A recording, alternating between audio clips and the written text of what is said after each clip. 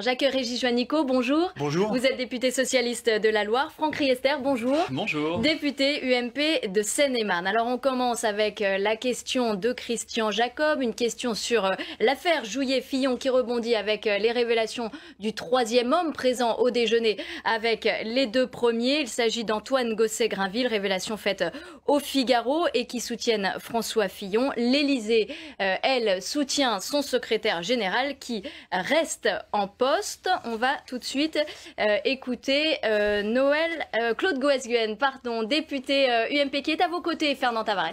Effectivement, alors Claude Goesguen, la réunion du groupe UMP ce matin a été consacrée à cette affaire Fillon-Jouyet en présence de l'ancien Premier ministre. Oui. Bon, à l'UMP, on va attaquer fermement cet après-midi. On sort en quelque sorte l'artillerie lourde, parce que ce que vous souhaitez, vous, c'est que dans cette affaire, M. Jouyet démissionne. Or, le Premier ministre, à la sortie du Conseil des ministres ce matin, a dit non, non, il reste. Ben écoutez, il a l'attitude classique des socialistes qui ne veulent pas voir les choses. Hein. Quand on leur parlait de Cahuzac, Cahuzac n'avait rien fait. Quand on leur parlait des Thévenoud, mais Thévenoud est un saint, ben là, ils nous font la même chose. Très franchement, c'est le numéro 2 de l'Élysée. Le numéro 2 de l'Élysée, c'est-à-dire quelqu'un qui est au sommet de la pyramide de l'État. Ce qui a été fait, on attendra vendredi les décisions judiciaires. On attendra l'audition des bandes, qu'on attend toujours. Mais très franchement, il faut que M. Jouyet démissionne de lui-même. C'est son honneur. Moi, je considère que ce qui s'est passé, c'est une forfaiture de la part d'un haut dignitaire de l'État, le plus haut après le président de la République. C'est une forfaiture. Et une forfaiture, ça ne reste pas neutre dans les annales de la République. Je trouve que tout cela discrédite un peu plus le monde politique. Tout cela fait le jeu du populisme. Et l'honneur de M. Jouyet serait de démissionner. Dans cette affaire qui gagne, entre guillemets, dans la perspective de 2017, François Fillon ou Nicolas Sarkozy? Non, mais bon, c'est vrai qu'on pourrait imaginer au premier abord que Nicolas Sarkozy en est le vainqueur, mais ce n'est pas le sujet. Je trouve qu'il y a maintenant une morale de la République qu'il faut savoir respecter, et je trouve que l'honneur même de M. Jouyet, c'est de démissionner. Forfaiture égale démission. Merci beaucoup, M. Goesguen. À vous, Brigitte Boucher. Merci, Fernand Tavares. Régis Juanico, est-ce que Jean-Pierre Jouyet peut rester secrétaire général de l'Élysée? C'est au président de la République de le dire. C'est son principal collaborateur. C'est un poste important, secrétaire général à l'Élysée. Est-ce qu'il peut avoir toute sa confiance? On connaît Jean-Pierre Jouyet.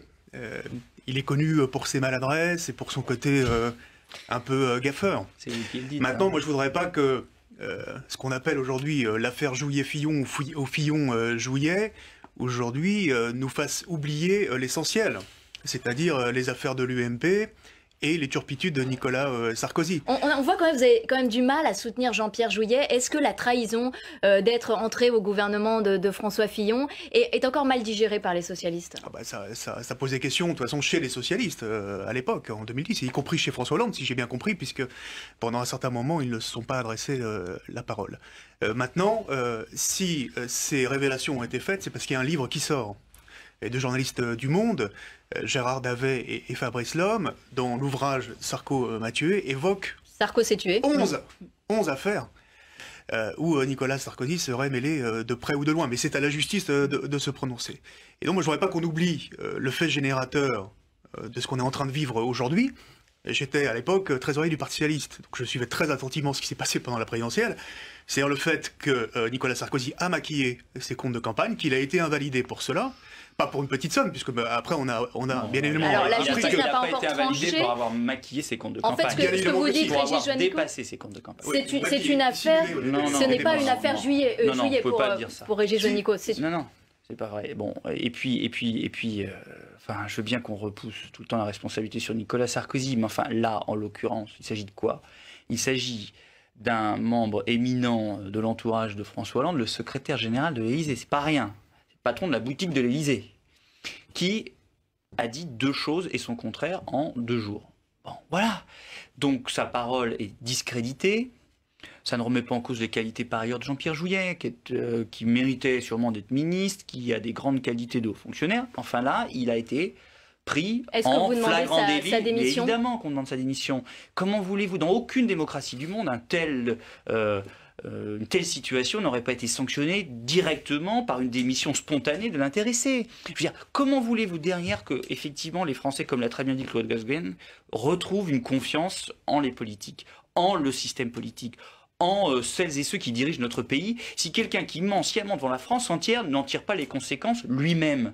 Voilà, donc c'est une question de dignité, il faut qu'il démissionne. Après, on verra bien. Les questions de dépassement, pas dépassement, compte de campagne, Big Malion, etc., c'est une autre affaire. Au départ, Franck Riester, il y a un déjeuner entre 3 hommes. On a quand même du mal, en pleine affaire Big Malion, des pénalités de Nicolas Sarkozy, on a du mal à imaginer que cette affaire-là n'est pas du tout évoquée entre 2 personnes qui se connaissent extrêmement bien, François Fillon et Jean-Pierre Jouyet.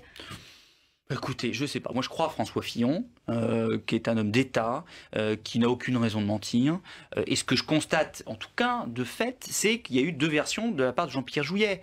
Après, est-ce qu'il va falloir... On va avoir des bandes. On va avoir manifestement... François Fillon a réclamé que les bandes enregistrées par les journalistes puissent être remises à la justice pour qu'on puisse y voir clair. Mais franchement, avant de regarder ce qui sera décidé ou su sur le déjeuner, c'est d'abord, est-ce que oui ou non il a menti? Oui, il a menti, donc il en tire ses conséquences. Et après, on verra le reste. Mais comment voulez-vous derrière, d'ailleurs, je vous dire, ça va scotcher tel un sparadrap au bout des doigts de François Hollande et de la gauche. Je veux dire, il y a un moment donné, on ne peut pas rester dans une république comme la nôtre, exemplaire, ce qui se veut être exemplaire d'après François Hollande. J'appelle à ce qu'elle soit exemplaire, qu'un éminent personnage de l'État puisse être pris en flagrant délit de mensonge. Alors votre réponse, Régis Juanico. L'arbre des maladresses de Jean-Pierre Jouyet ne peut pas cacher la forêt des turpitudes de Nicolas Sarkozy. C'est ce que je veux dire. Enfin, ça, c'est un procès d'intention, pardon. Dépassement des comptes de campagne. Vous êtes procureur à la place des procureurs. Dépassement des comptes de campagne. Et le code électoral est très clair. Hein, il dit c'est au candidat de rembourser. Et c'est l'UMP qui a remboursé les pénalités, plus de 500 000 €. Alors qu'on sait que Nicolas Sarkozy... Une note de Bercy dit l'inverse, dit que c'est légal de pouvoir permettre à un parti de payer... Oui, moi je vous dis ce que dit le code électoral, on verra ce que dit la justice. Oui, après, l'UMP a payé en lieu et place de Nicolas Sarkozy, 500 000 € à peu près. Avec l'aval de Bercy, effectivement. Oui, enfin, je note quand même que Nicolas Sarkozy, avec les conférences qu'il donne à l'étranger très lucratives, plus de 2 millions d'euros, il aurait pu très bien payer à la place des militants de l'UMP, Franck Riester, vous êtes d'accord ? Café Pchit, etc. Mais là, il ne s'agit pas de ça. Que faire avec un secrétaire général de l'Élysée qui a menti? Qu'est-ce qu'à votre avis, il faut faire? C'est ça la question. La question, c'est de savoir si l'Élysée est intervenu de près ou de loin dans l'instruction judiciaire. Et là, ma réponse est non. En tout cas, on se dit c'est que les commissaires aux comptes de l'UMP qui ont signalé le 1er juillet l'irrégularité que consistait le fait... Ça pose une nouvelle fois la question de l'indépendance de la justice. C'est les commissaires aux comptes de l'UMP qui ont signalé au parquet l'irrégularité selon eux que consistait le fait que Nicolas Sarkozy paye en lieu et place de l'UMP. Et le 2 juillet, une instruction judiciaire a été ouverte. Il n'y a plus d'intervention de l'Élysée depuis 2012, vous le savez très bien. Pas d'instruction individuelle dans les affaires. Donc laissons la justice. Le dernier mot et on passe à autre chose. Vous ayez raison, ce que je ne crois pas. Il n'en reste pas moins vrai. Que fait-on du cas Jouyet? Vous dites qu'il fait des maladresses, mais enfin, il y a quand même un problème de crédibilité de la parole publique. Alors pour l'instant, l'Élysée a tranché. Jean-Pierre Jouyet reste secrétaire général. On va prendre une autre question, celle de Noël Mamère, député écologiste de Gironde. Il la posera cet après-midi dans l'hémicycle après les révélations du Monde sur les passages du procès verbal des gendarmes dans la mort de Rémi Fraisse. On vous retrouve, Fernand Tavares, aux côtés de Noël Mamère. Alors effectivement, Noël Mamère, votre groupe cet après-midi monte au créneau par la voix de son président. Est-ce que les conditions dans lesquelles a trouvé la mort Rémi Fraisse, qu'on croyait réglées, connues, aujourd'hui qui rebondissent avec cette une du Monde et cette audition des bandes, est-ce que ça scandalise tout le groupe écologiste et bien ailleurs? On est en face d'un mensonge d'État, d'une affaire d'État. Parce que tout le monde savait, en tout cas tous ceux qui s'intéressaient au dossier, connaissaient les conditions de la mort de Rémi Fraisse. Il a été tué pratiquement sur le coup d'un tir de grenade offensive contenant du TNT, que l'on utilisait d'ailleurs pour la première fois, que l'on a utilisé pour la première fois à la guerre de 14. Et que je sache, le maintien de l'ordre, c'est pas la guerre. Donc première conclusion à tirer, il faut interdire l'utilisation des grenades offensives et ne pas se contenter d'en suspendre l'utilisation comme l'a proposé le ministre de l'Intérieur. Il va quand même falloir que le Premier ministre et le ministre de l'Intérieur, qui devant la représentation nationale pendant 48 heures ont menti en nous disant « Ah, il faut voir s'il y avait dans le sac à dos de ce jeune homme qui a peut-être été subtilisé par les zadistes et dans lequel il pourrait y avoir des explosifs qui auraient conduit à sa mort. » Tout ça n'était qu'un leurre, car les 2 responsables du gouvernement, Premier ministre et ministre de l'Intérieur, connaissaient parfaitement les conditions de la mort de Rémi Fraisse, ils n'ont pas pu en être exclus. Qu'est-ce que vous attendez comme réponse du Premier ministre? On attend du Premier ministre qu'il nous explique pourquoi il a menti pendant 48 heures avec son ministre de l'Intérieur. On attend qu'il prenne ses responsabilités dans toute autre démocratie européenne. Je pense à l'Allemagne, à la Grande-Bretagne, à la Suède, à la Norvège et à d'autres. Les décisions auraient été prises depuis longtemps quant au sort que devait subir le ministre de l'Intérieur. Mais ce n'est pas à moi de le dire. Nous, ce que nous demandons, et ça le justifie d'autant plus, c'est l'interdiction de ces grenades offensives. Deuxièmement, la mise en œuvre d'une commission d'enquête parlementaire, non pas pour connaître les circonstances de la mort de Rémi Fraisse, puisqu'on les connaît, elles sont maintenant officielles ou officialisées, mais surtout s'intéresser à la chaîne de commandement et à la faillite dans la chaîne de commandement, et surtout savoir qui a donné ces ordres, car dans le papier du Monde, il est formellement écrit, le rapport dit que l'escadron de gendarmerie avait reçu des consignes d'extrême sévérité. Donc c'est une situation qui est inacceptable, et donc nous attendons des explications de la part du ministre de l'Intérieur et du Premier ministre qui ont menti à la représentation nationale, ont menti aux Français. C'est une forme de cynisme et ce n'est pas ce qu'on attendait de la gauche. Merci beaucoup, Noël Mamère. On entendra la réponse du Premier ministre tout à l'heure dans l'hémicycle, Brigitte. Merci Fernand Tavares. Régis Juanico, votre allié écologiste, il va assez fort, il parle de scandale d'État, d'affaires d'État, il dit que Bernard Cazeneuve a menti. Les conditions du décès de Rémi Fraisse, je pense, ont choqué tous les républicains, on le sait bien. Et donc, le président de la République s'est engagé à la transparence totale sur les conditions de ce décès. Donc là aussi, laissons la justice mener à bien ses travaux d'investigation. Et n'allons pas à chaque fois interférer. Pourquoi Bernard Cazeneuve a-t-il attendu 48 heures à ce moment-là avant de réagir? Bernard Cazeneuve, moi je le connais bien, c'est quelqu'un qui aujourd'hui porte les valeurs républicaines. Il tirera toutes les conséquences de cette affaire. On vient de parler de la chaîne de responsabilité et la chaîne de commandement, de l'emploi d'un certain nombre... Il doit en tirer des conséquences, selon vous? Ce qui n'est pas normal, c'est qu'une affaire comme celle du barrage de Sivins se règle dans un affrontement entre des manifestants et les forces de l'ordre. Ça, c'est clair. Donc ça pose d'autres problèmes, plus de processus démocratique et de décision. Mais ça veut dire qu'il aurait fallu intervenir plus tôt? Ce que dit aussi le papier du Monde, c'est qu'il n'y a pas eu volonté de dissimulation du décès de Rémi Fraisse. Les forces de l'ordre ont informé le procureur de la République, je crois, 15 minutes après la constatation de son décès. Donc laissons là aussi la justice faire son œuvre et on en tirera toutes les conséquences. Mais Bernard Cazeneuve, je le connais bien, c'est quelqu'un qui aujourd'hui ira jusqu'au bout dans l'éclaircissement par rapport à ces conditions de... Mais quand il y a un mort comme ça, quand il y a un jeune homme de 21 ans qui décède, qu'on le sait dans les 15 minutes, est-ce qu'on attend 48 heures avant de dire un mot pour la famille, pour les proches? Non, il aurait fallu parler plus tôt, bien sûr.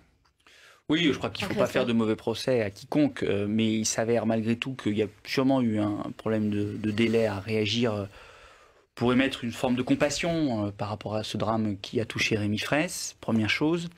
Deuxième chose, et là c'est vraisemblablement Bernard Cazeneuve et Manuel Valls qui devront dire pourquoi ils n'ont pas été informés plus tôt des raisons de la mort de Rémi Fraisse, puisque manifestement les forces de gendarmerie étaient au courant assez vite de la raison de la mort et pourquoi ça n'a pas été communiqué à la représentation nationale. C'est ce que dit avec véhémence Noël Mamère, en sachant que c'est quand même un allié du gouvernement actuel. Vous voyez que moi j'ai des propos plus modérés, parce que je ne voudrais pas que cette affaire-là... Sur une affaire, le barrage de Sivens, qui oppose justement le gouvernement et les alliés écolos. Oui, d'accord, mais enfin en l'occurrence, c'est quand même eux qui forment une majorité qui gouverne actuellement le pays. Malheureusement, on voit les dissensions qu'il peut y avoir. Mais plus largement, je voudrais surtout pas que les éventuelles maladresses ou difficultés du gouvernement dans les relations avec sa majorité ou dans les relations avec les Français dans la communication sur ces événements, que cette maladresse-là éventuelle puisse compromettre la sécurité des forces de gendarmerie. Parce que,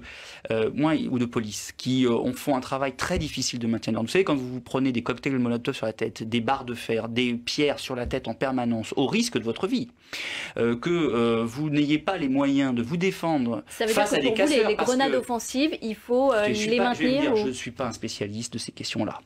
Donc je ne vais pas vous dire qu'il faut pas maintenir les grenades offensives. Ce qui est certain, c'est qu'il faut que nos forces de police et de gendarmerie puissent pouvoir se défendre quand ils ont affaire non pas à des manifestants, même véhéments, mais à des casseurs qui sont là simplement pour casser du flic. Et je pense qu'il ne faudrait surtout pas que par des décisions d'échappatoire de ses responsabilités politiques, le gouvernement enlève à nos forces de police et de gendarmerie les moyens de se défendre. Il faut conserver ces moyens-là?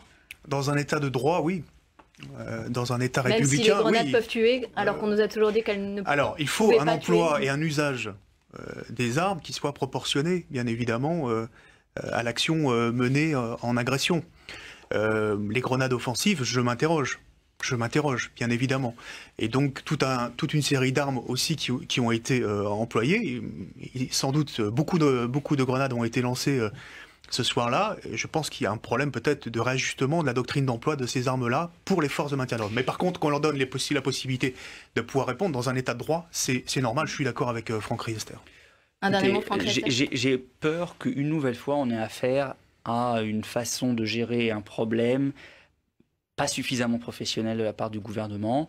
Je n'irai pas plus loin sur cette question parce que c'est un sujet sensible et je connais bien Bernard Cazeneuve qui est un ministre que j'estime, mais manifestement là, non, manifestement il va devoir s'expliquer peut-être plus largement qu'il ne l'a fait jusqu'à aujourd'hui.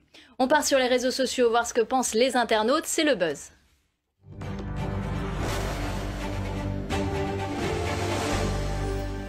Et on reparle de cette affaire avec Astrid de Vilaine. Bonjour Astrid. Bonjour Brigitte. Alors de nouvelles révélations sur les circonstances de la mort de Rémi Fraisse sortent dans le journal Le Monde et bien sûr Twitter réagit. Voilà, on en parlait, le quotidien a eu accès au procès-verbal des conversations des gendarmes le soir de la mort de Rémi Fraisse et ces derniers éléments relancent des questions liées à la mort du manifestant, notamment de la part des écologistes premiers à réagir sur Twitter. Emmanuel Cos, secrétaire national des Verts, il est décédé, le mec, constat 10 minutes après la mort de Rémi Fraisse. Pourquoi 48 heures de silence et de déni de l'État, interroge-t-elle. Le député écologiste Sergio Coronado, dans la même veine, demande toute la vérité et la justice. Enfin, Jean-Luc Mélenchon du parti de gauche appelle à la démission de Bernard Cazeneuve. Sinon, sur le net, c'est toujours l'affaire Jouillet-Fillon qui est à la une. Oui, c'est suffisamment rare pour être souligné. Cela fait plusieurs jours que les mots-clés Jouillet, Fillon, Jouillet-gate ou Fillon-gate se succèdent sur Twitter en tête des sujets les plus discutés. En tout, on compte près de 100 000 tweets échangés sur le sujet. C'est considérable. Michel Delaunay, ancienne ministre, regrette la tournure que prennent les choses. Le coup de génie, c'est de réussir à transformer le énième épisode du Sarko-gate en Jouillet-gate. Jean-Jacques Urvoas, président socialiste de la commission des lois, estime que cette affaire est un écran de fumée. Pour savoir allumer et entretenir de tels écrans de fumée, il doit y avoir des descendants de Comanches ou d'Apache à l'UMP, ironise le député. Yannick Jadot, eurodéputé écologiste, lui n'a pas vraiment le cœur à rire. Donc un ministre de Sarkozy rencontre son ancien Premier ministre car il est secrétaire général de Hollande. Insupportable endogamie des élites, juge le député européen. Du côté de l'UMP, Éric Ciotti l'assure ce matin en réunion de groupe, l'UMP a apporté son soutien à François Fillon face, je cite, à la manipulation des officines de l'Élysée. Même chose sur les réseaux sociaux, les fillonistes viennent soutenir leur chef de file, comme Jean Leonetti, député UMP des Alpes-Maritimes. Les journalistes pensaient révéler une affaire Fillon, ils sortent une affaire Jouillet et une affaire d'État. Le tir s'est trompé de cible. Enfin, une page Facebook en soutien à François Fillon a été créée pour l'occasion. Elle n'a pour le moment recueilli que 200 likes. Pas d'initiative de ce type pour Jean-Pierre Jouillet. Merci Astrid de Vilaine pour ce tour des réseaux sociaux. On va tout de suite prendre une dernière question qui sera posée tout à l'heure dans l'hémicycle, celle de Damien Mello, député UMP du territoire de Belfort, pose une question sur le projet de loi de finances rectificative pour 2014, Fernand. Alors effectivement, ce projet de loi de finances rectificative pour 2014 fait poser à l'UMP beaucoup de questions, en particulier l'aggravation de ce déficit et bien d'autres dispositions. Qu'est-ce que vous allez demander au ministre ? Écoutez, jeudi dernier, le président de la République nous annonçait qu'il arrêtait toutes les augmentations d'impôts. Aujourd'hui, en lisant le PLFR, nous apercevons qu'il y a une augmentation de la taxation sur les résidences supplémentaires et qu'il y a l'enclenchement de la non-déductibilité pour un certain nombre de taxes sur les entreprises. Donc nous nous demandons si le président de la République nous a dit la vérité ou s'il a changé d'avis depuis. Et nous, ce que nous souhaiterions, c'est qu'on quitte une politique de communication pour engager la France sur une vraie politique de réduction du déficit public. Merci Monsieur Messot. Écoutez, on va voir ce que répond le gouvernement cet après-midi. À vous Brigitte. Merci Fernand Tavares. Régis Juanico, c'est une promesse de François Hollande qui vole en éclats, celle de ne pas augmenter les impôts et les taxes une nouvelle fois? Non, globalement, il n'y aura pas d'augmentation des prélèvements. Là, on parle de deux mesures. Une, c'est une niche fiscale. Donc c'est une moins-value pour les finances publiques de l'État. Oui, Vous oui. êtes formidable. Et deuxièmement, on parle de résidences secondaires. Là, on parle de logements qui ne sont pas occupés et qui aujourd'hui empêchent les bonnes conditions de logement dans les zones tendues. Donc on ne parle pas de toute la France. La hein, voilà. redevance, elle n'augmente pas? Si, elle augmente.